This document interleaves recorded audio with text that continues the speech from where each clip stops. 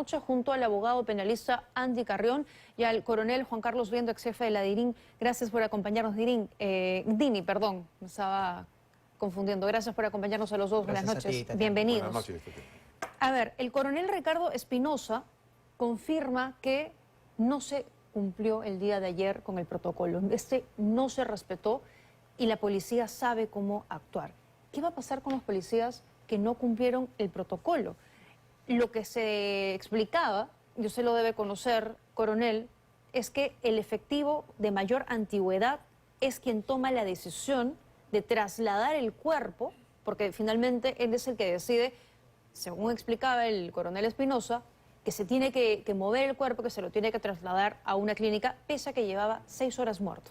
Bueno, es una contradicción y una confusión muy grande porque la toma de decisiones de jerarquía militarizada no aplica para protocolos convencionales de acuerdo a la ley, que son estándares internacionales de procedimientos para tratar casos como estos.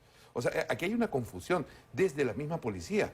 O sea, la voluntad de un superior jerárquico puede alterar el orden de los protocolos. Yo primera vez que lo escucho. Y eso en una policía es inconcebible.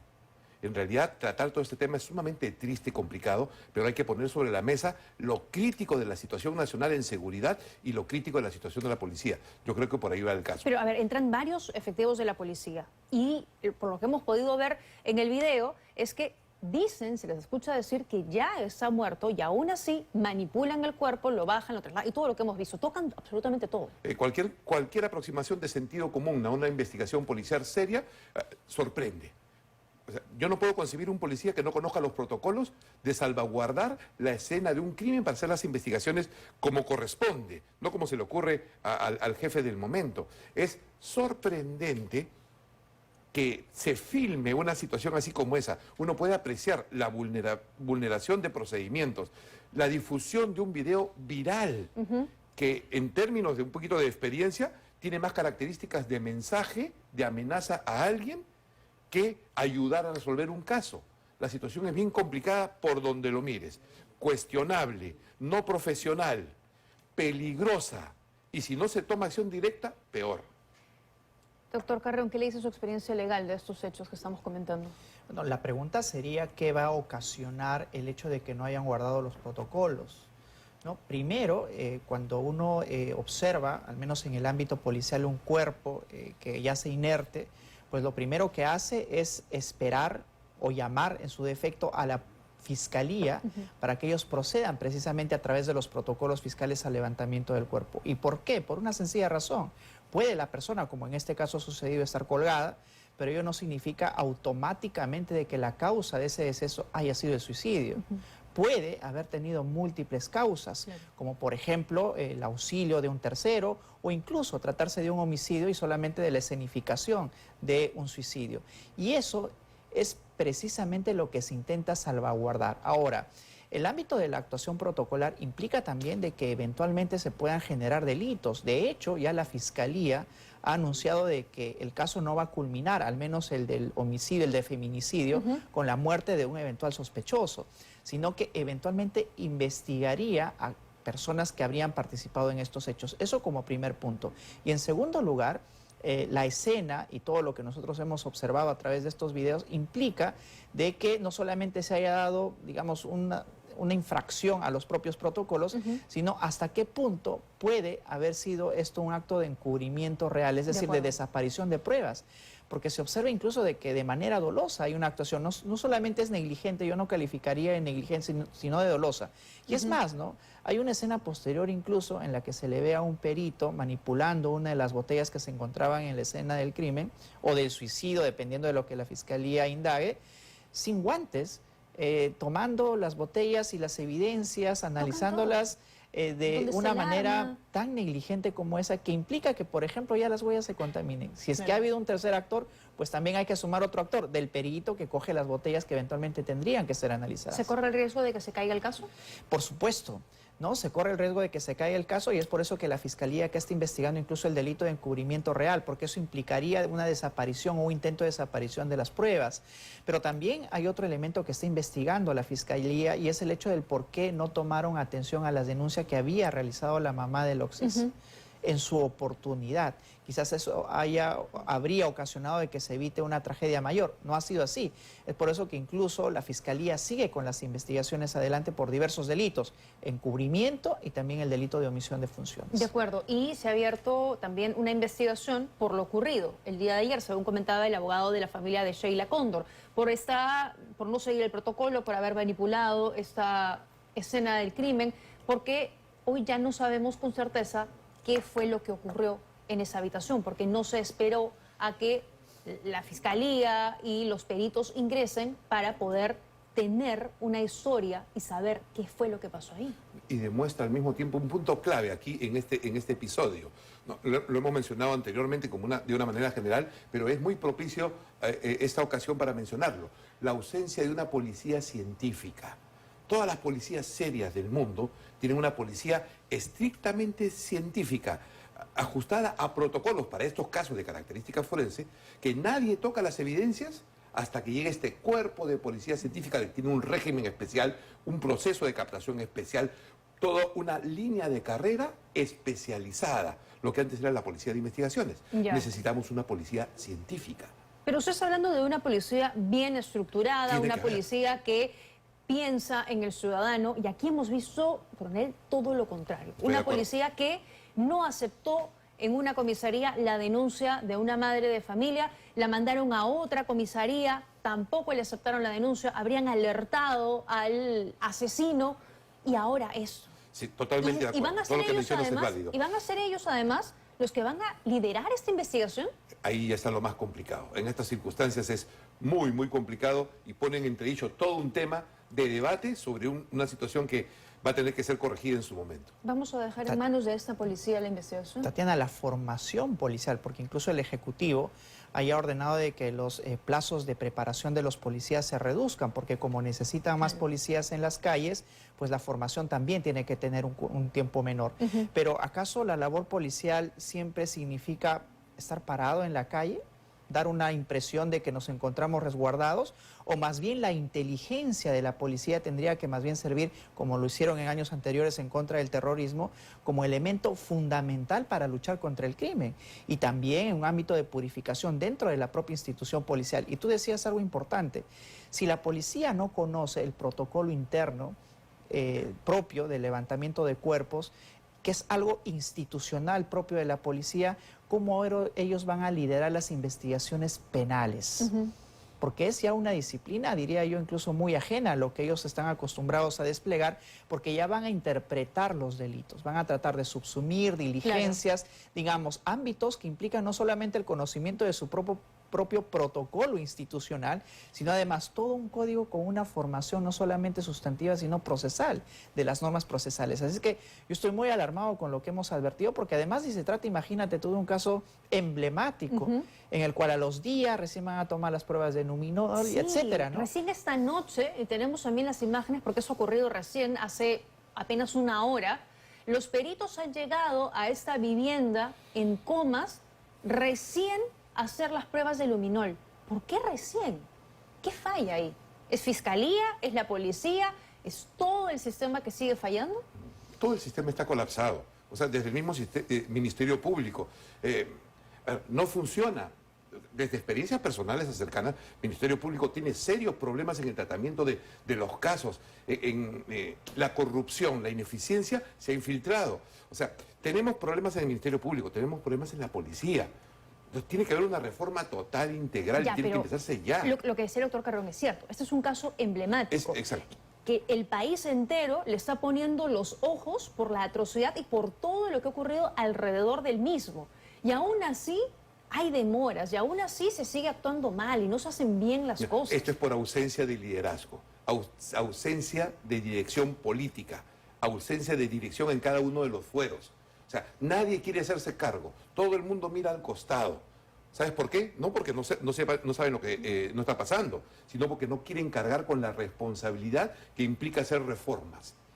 Entonces Y es más prefieren, fácil, es más fácil mirar al costado a costa de que la situación empeore, de caos pase a ser catastrófica y echarle la pluma a las próximas autoridades. Nos ¿no? encubrimos todos, ¿no? Aguantamos el ruido mediático unos días y seguimos adelante. Porque va a pasar, de aquí a un par de semanas ya no va a ser este caso, va a ser otro.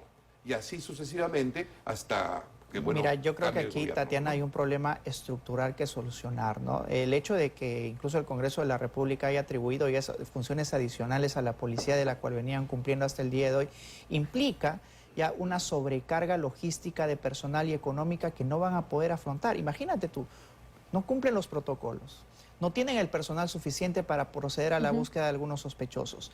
Llegan a los 2 o 3 días para levantar elementos mínimos como el luminol o realizar pruebas. ¿Tú te imaginas que con esa deficiencia de personal ahora asuman la capacidad investigativa que la Fiscalía ni siquiera puede darse abasto por sí misma?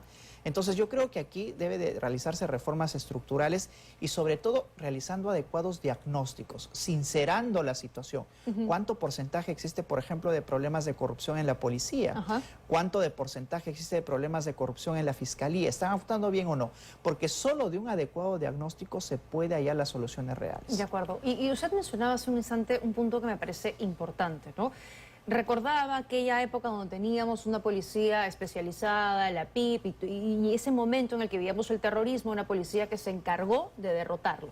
Pero en aquel entonces teníamos también una mayor exigencia para quienes entraban en las escuelas de la policía, había una mejor preparación, algo que el día de hoy no tenemos. ¿Por qué lo menciono?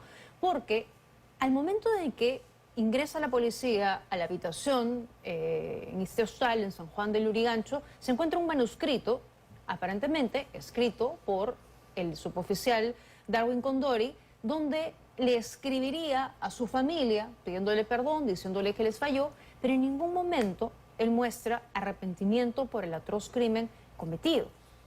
¿Por qué se le permitió a una persona con estas características psicológicas ser parte de la institución policial? ¿Cómo pudo ser parte, coronel? El sistema de captación ha colapsado también. O sea, no solamente se ha relajado con el ánimo, la intención de tener más policías, se ha aligerado el proceso de captación. Ya, pero ¿no hay pruebas psicológicas constantes? No, es indispensable. Para un hombre que usa armas es indispensable. Por eso. Le hablo de la Fuerza Armada. Nosotros los oficiales, técnicos o oficiales, tropa especializada, tiene exámenes anuales psicológicos. Nosotros tenemos un legajo de exámenes psicológicos, de perfil psicológico permanente. Ya, pero ¿se Entonces, cumple realmente con pasar por una adecuada prueba psicológica psiquiátrica o es más una a ver, prueba más? Yo estoy conduciendo un grupo de trabajo que está analizando este tema en forma seria. Está integrado también con policías en retiro, digamos, es un trabajo en curso. Y lamentablemente todos esos procedimientos, hasta donde yo tengo conocimiento, se han venido debilitando y se han venido haciendo demasiado ligeros. Es imposible para una organización de la policía, como la tenemos ahora, una policía todista, administrar, por ejemplo, exámenes psicológicos en todo el Perú al mismo tiempo, personas que están en la calle, es imposible. Por eso se requiere otro tipo de organización, otro tipo de administración, que no es el momento de detallarla, pero así como está, definitivamente no funciona. No, y además, si tú necesitas más policías en el menor tiempo, es lógico que se van a aligerar los filtros También. de aceptación y de postulación de las personas que ingresan a las fuerzas policiales. Y claro, si ya hay un aligeramiento de los requisitos para ingresar a esta importantísima institución que combate el crimen, imagínate tú ya el constante o la constante vigilancia y supervisión de las actuaciones policiales. Es por eso que el espíritu de cuerpo también es un elemento, un factor negativo que ha primado en este caso, porque incluso se sospecharía que habrían dado aviso al policía una vez de que las personas habrían denunciado el hecho y que le habrían dado la oportunidad precisamente de huir y vemos todos el resultado que también ello ha acaecido. De acuerdo. Importante el tema del espíritu de cuerpo, porque en sí mismo el espíritu de cuerpo es un valor fundamental. Cuando se corrompe, ¿no?, o se tergiversa, ahí viene el problema, ¿no? ¿Y cuándo se corrompe el espíritu de cuerpo? Cuando no hay disciplina. ¿Cuándo se corrompe la disciplina? Cuando no hay liderazgo, cuando no hay ejemplo, cuando no hay capacitación, cuando no hay los medios y los recursos. O sea, es toda una cadena de valor, ¿no? Se habla mucho del espíritu del cuerpo, pero hay que tener en cuenta que el espíritu del cuerpo es un valor positivo. Hay que Y lo más peligroso es que ese valor positivo se corrompa. Sí, Eso claro. parece lo que está sucediendo. El tema es que el espíritu de cuerpo, normalmente, lo hablamos aquí, siempre es desde el lado negativo, porque es lo que vemos. Sí. Es lo que Lamenta- vemos, es- basándonos en los hechos, Tienes ¿no? razón, tienes razón, Y lo sí. cierto es que no solo tiene este perfil, que hoy además lo ha descrito bien el doctor Gremlin en la nota que hemos presentado, sino que además era una persona que había sido ya denunciada por violación sexual. Un grupo de y que compañeros. seguía siendo parte de la institución policial. Esa es la parte que todavía me cuesta entender cómo un policía denunciado hace casi 2 años por violación sexual, junto además a otros colegas policías, seguían siendo parte. Y hasta el día de hoy los otros 2 siguen siendo Mira, parte. Tatiana, ahí hay que diferenciar un ámbito específico, ¿no? Porque en muchas de estas situaciones en las que tienen denuncias encima, obviamente desde el ámbito penal uno tiene que presumir la inocencia de las personas hasta que no existe una sentencia condenatoria. De acuerdo. Pero eso camina el ámbito penal. En el ámbito administrativo no necesariamente es así, ¿no? Los criterios para destituir a un funcionario, para inhabilitarlo de la función, son criterios más flexibles, más laxos, porque responden a una finalidad distinta. Si bien es cierto, hay procedimientos administrativos que se tienen que implementar, estos tienen que ser céleres de cara a precisamente extirpar a estas personas de una institución policial que ya viene de mucho tiempo atrás funcionando de esta manera. Y yo creo que eso sí hay que saberlo diferenciar. Será inocente hasta que no existe una sentencia condenatoria, pero eso no obsta, no enerva la posibilidad de que sea apartado de la institución Claro. policial. Eso pasa con algunos fiscales. Por ejemplo, aquí hemos comentado el caso de Andrés Hurtado, la fiscal Elizabeth Peralta, que fue apartada, suspendida temporalmente de las funciones fiscales de cara precisamente a que no siga eventualmente por los delitos que se le imputan, aprovechando esta función que le encarga el Estado de cara a cometer delitos. Y De eso acuerdo. también, entiendo, debería de implementarse en el ámbito Más policial. aún cuando usted en un escuadrón, creo que trabajan de manera encubierta. Ahorita les voy a disfrazados, contar todo en qué, ese tema, qué ¿no? están haciendo, sí, pero antes vamos a escuchar al jefe de gabinete, al señor Adrián Sen, que como bien decíamos, este es un caso que ha conmocionado al país. El señor Adrián Sen está perdido. No tiene idea que habían otros policías denunciados por violación y más aún que siguen siendo parte de esta institución. Escuchen. Hernández, cualquiera de los que tenga mayor información acerca de que Darwin Condoria en el 2023 también fue denunciado por violación grupal junto a 2 policías. En este caso, ellos, ¿qué saben de ellos? ¿Siguen trabajando en la policía? ¿En qué unidad? Y si hay una data de cuántos policías denunciados por delitos graves aún están en actividad. Y con relación a estos 2 policías que usted me dice que acompañaron a Condoria en otro suceso, etcétera, disculpe usted, no tengo yo la información al respecto. En todo caso, lo que me puedo permitir es, si usted le parece bien, informar de esta pregunta al ministro del Interior a efectos de que emiten un comunicado o un pronunciamiento respecto a esto. ¿Usted tiene más datos de quiénes son esos presuntos PNP que habrían estado comprometidos en esas acciones? Mire, si me puede dar los datos, yo me comprometo a trasladar esta inquietud. No tenía idea el señor Adrián Sen, no tenía idea. Y su ministro del Interior brillando una vez más por su ausencia, que lo hemos visto ya últimamente cuando hay casos así fuertes, picantes, no está, no da la cara, no va a las conferencias de prensa. Pero como el señor Adrián Sen no sabe, se lo vamos a contar. Ambos policías denunciados por violación sexual en enero del 2023 siguen perteneciendo a la Policía Nacional y son parte del Escuadrón Verde. Jerry Luis Albornoz Torres trabaja en el Grupo Terna, en el Agustino, y Johnny Albert Aylas Romero en el Grupo Terna Norte. Incluso uno de ellos, el segundo que he mencionado, Johnny Albert Aylas Romero, recibió una felicitación por parte del Ministerio del Interior. Y esto ocurrió solo 6 meses después de que fuera denunciado.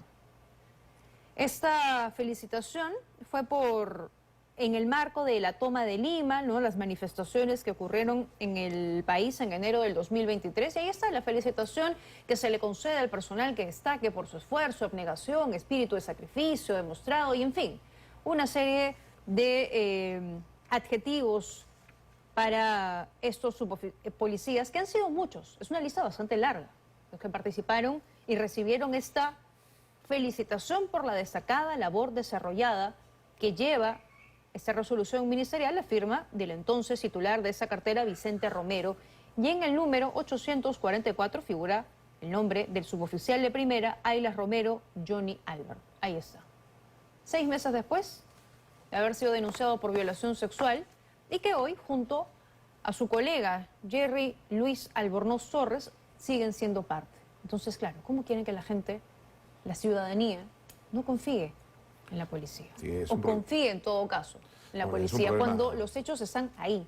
Es un problema muy grave. Pero ¿qué hace Inspectoría, cuénteme, coronel, qué hace Inspectoría para apartar a estos policías? Porque justamente antes de escuchar al señor Adrián Sen, el doctor Carrión nos contaba lo que pasa en la vía penal, y claro, hasta que no haya una sentencia, se presume la inocencia.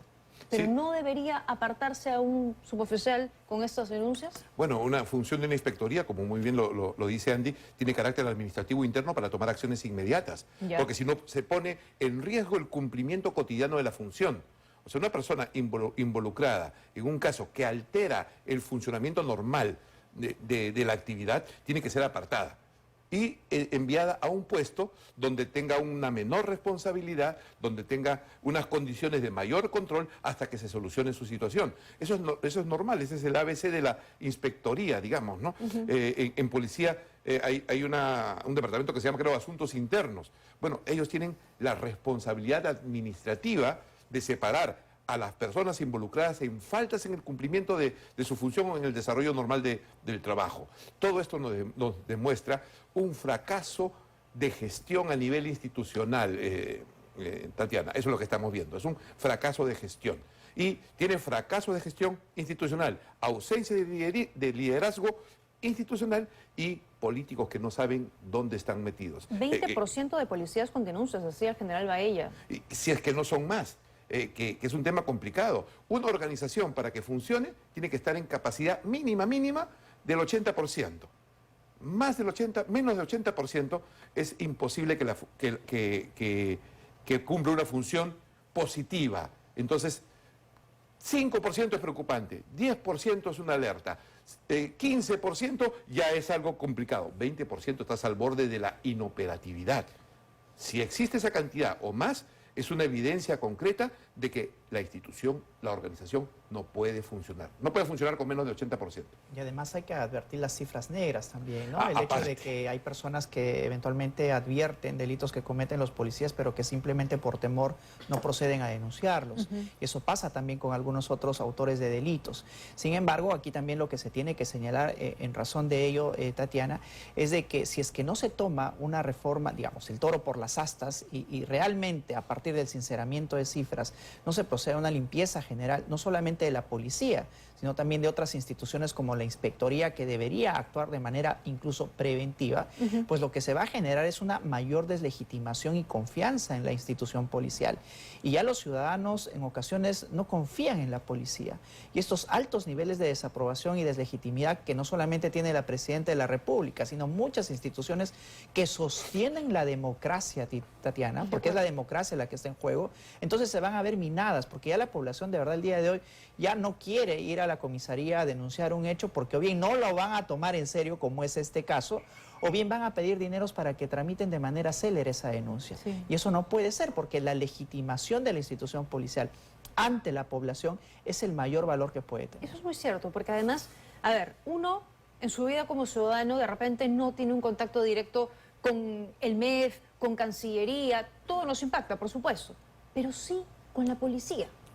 Todos tenemos relación de una u otra manera y necesitamos de una u otra manera en cualquier momento de nuestras vidas a la policía, una denuncia, lo que fuera. Y si la policía responde como le respondió a la mamá de Sheila y le dijo, bueno, ya tu hija aparecerá, se habrá ido con el novio, y luego cuando ella advierte que podría estar con este suboficial, le dice, si aparece, te puede denunciar por difamación, por calumnia. Caramba, esa no puede ser la respuesta de la institución que está y que tiene ese primer contacto con el ciudadano. Definitivamente, y es la autoridad que representa la seguridad, el estado de confianza en nuestra vida cotidiana. O sea, todos los días nos cruzamos con policías haciendo algo, trabajando. Una sociedad no puede vivir sin policías. Pero yo coincido completamente con Andy. Si no se toma el toro por las astas, si no se pone la gravedad del asunto sobre la mesa, entonces la situación va a empeorar. Tenemos una gráfica justamente de la desconfianza de la que hablaban en la institución policial. una encuesta de Ipsos, confianza en instituciones públicas y estas respecto a la Policía Nacional, ¿no? De octubre del 2024. Confía 31%. No confía 66%, no precisa 3%, ¿no? Una alta desconfianza. Y lo hemos visto también a lo largo del año cuando hablábamos de otros casos de extorsiones y en fin. ¿Por qué la gente no denuncia? Porque no confía. ¿Por qué la gente no va a la comisaría? Porque sabe que no va a pasar nada o cree que al final va a caer en saco roto. Piensan que, y no en vano, sino también basados en hechos, que hay policías corruptos que son parte también del lado oscuro. Pero y que ahí al final también, no va a prosperar. ahí también hay que decir algo, Tatiana, en beneficio de los policías, ¿no?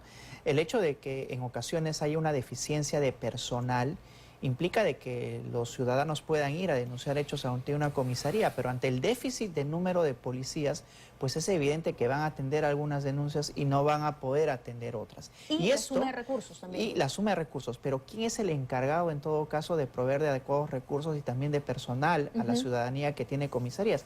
Pues es no solamente el Ministerio del Interior, sino también el Ministerio de Economía y el Ejecutivo en suma. Así es que yo creo que no tiene únicamente responsabilidad los policías, porque en ocasiones sí pueden tratar de darse el abasto, pero es imposible en ocasiones, ¿no?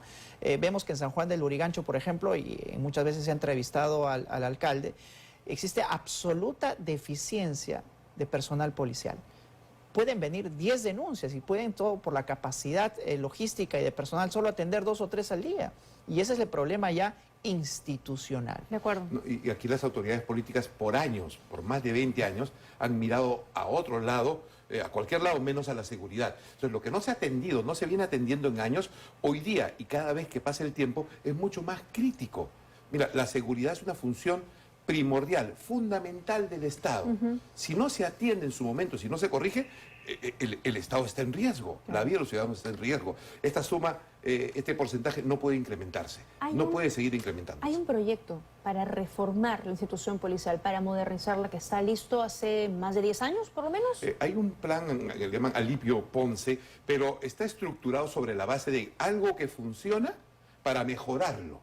Aquí el debate es que si lo que está en marcha ya funciona o no. Si es una llanta que la puedes seguir parchando o tienes que cambiarla. Entonces, eso es lo que se tiene que apreciar. Entonces, ¿qué tipo de llanta necesitas? No qué tipo de parche. Claro. Entonces, insisto, en el equipo de trabajo que estamos realizando, o sea, se visualiza una especialización de la policía, ¿no? Nuevas dimensiones territoriales de responsabilidad y fortalecer nuevos cuerpos de policía como los bomberos, la policía científica, el serenazgo.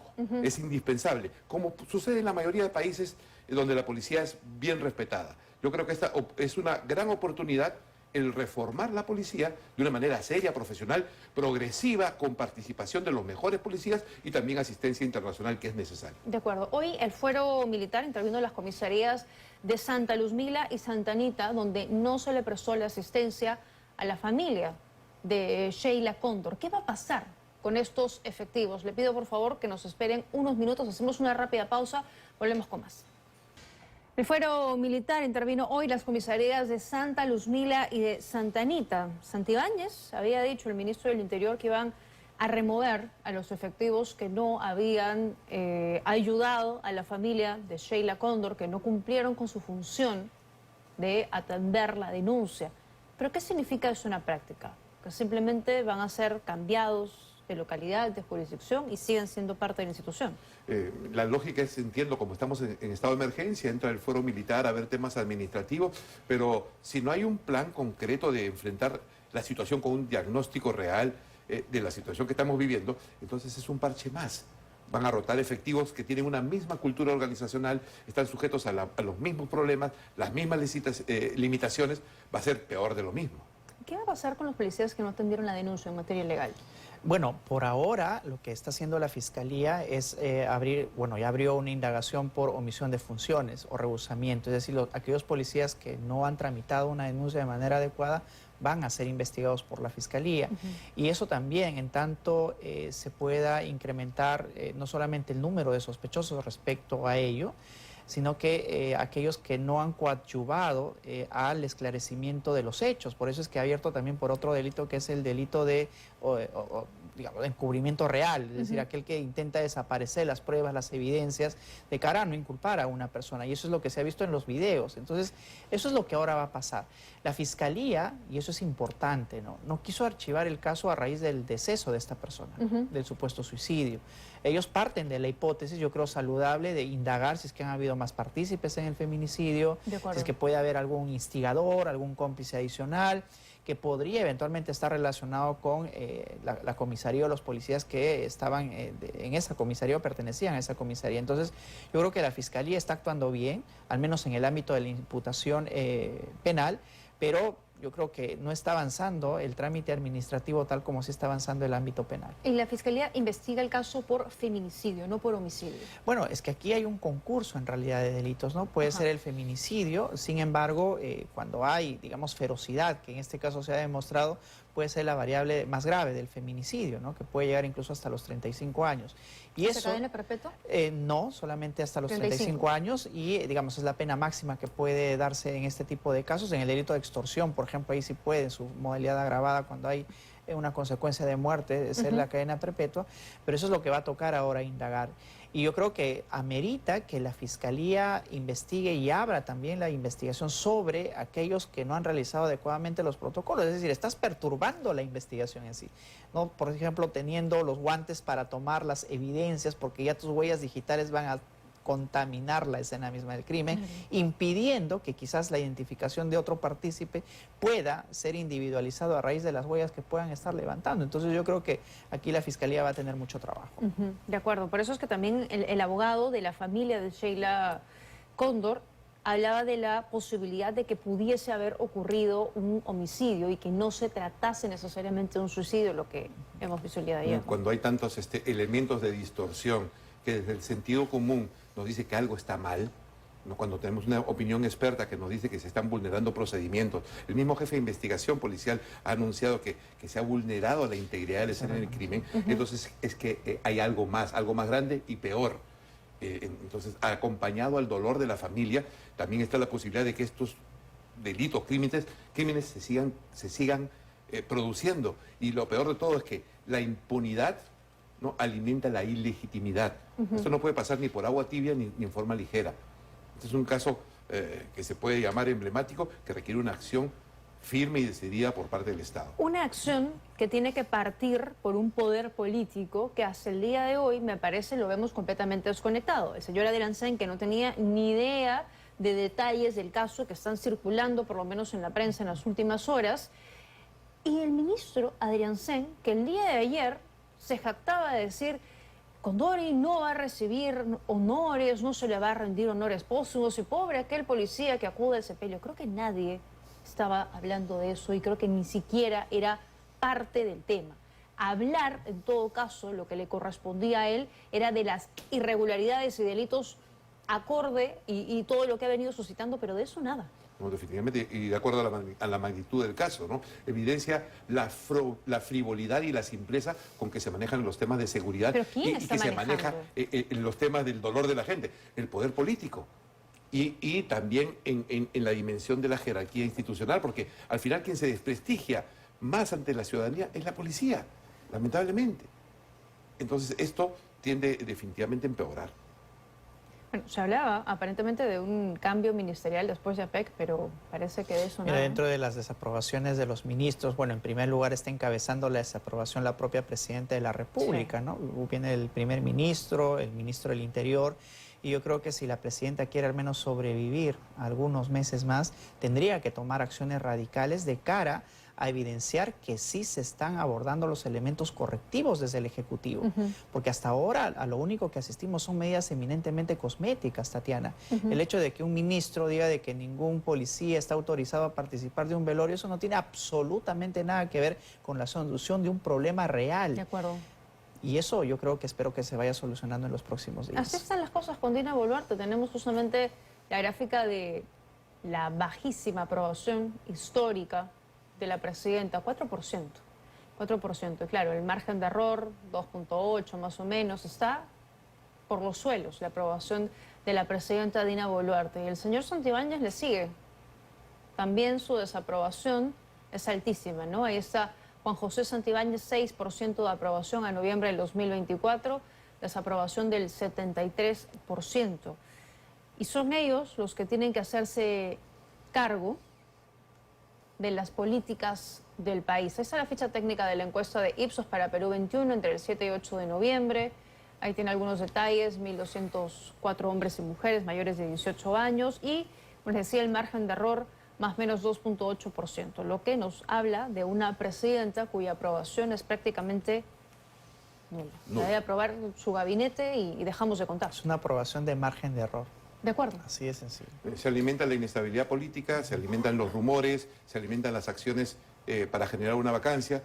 Creo que este gobierno la va a tener muy difícil a partir del fin de la legislatura del Congreso, la apertura de la nueva legislatura. Va a ser muy complicada para la estabilidad del país y la supervivencia de este régimen. Pero es un gobierno que jamás ha tenido voluntad política para hacerse cargo de estos problemas. Mira, hasta ahora no vemos ninguna medida concreta, Tatiana. Simplemente son anuncios, consejos de ministros que en realidad la prensa nunca puede preguntar lo realmente importante para el país. Digamos, peleas internas dentro de los ministros, exministros.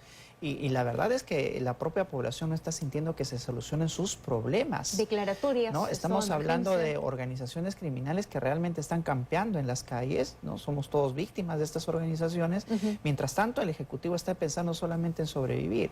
Y ese es un gran problema cuando un Ejecutivo tiene estos altos niveles de deslegitimación. Y las consecuencias de ello van a ser inevitables, porque los espacios vacíos que deja el poder político por incompetencia, por frivolidad, los espacios vacíos que genera la deslegitimidad de la policía, no hace que las cosas marchen mejor o peor simplemente, sino que otros grupos, otras personas se empoderen para dar orden y autoridad en otros lados. Y esos grupos que van a dar su tipo de orden, su autoridad en ciertos lados, van a ser las bandas criminales, que van a ocupar el rol de la política y de la policía y también de la justicia, como pasa en México, por ejemplo. Ya, bandas de narcotraficantes, carteles administran jurisdicciones políticas, administran justicia, administran sus propias policías locales. ¿Eso queremos para el Perú? Ya, pero ahí hemos visto también imágenes atroces y los crímenes que cometen son tremendos. Es el mundo de la barbarie, de la anomia, de un país con ausencia de dirección política. Eso es lo que está pasando. Y estamos caminando hacia Estamos caminando directo, sin pausa y en forma decidida a los tiempos del Congreso para ajustar sus intereses gremiales, a los tiempos del gobierno para sobrevivir al 2026 y a los tiempos de los poderes fácticos económicos que solamente visualizan sus libros en azul a fin de año. Terrible manera de cerrar el año. Les agradezco a los dos. Gracias, Tatiana. Muy Gracias, gentiles Natalia. por haber venido esta noche. Ha buenas sido un noches. interesante análisis. Yo tengo que hacer una pausa. Volvemos con más en 2024.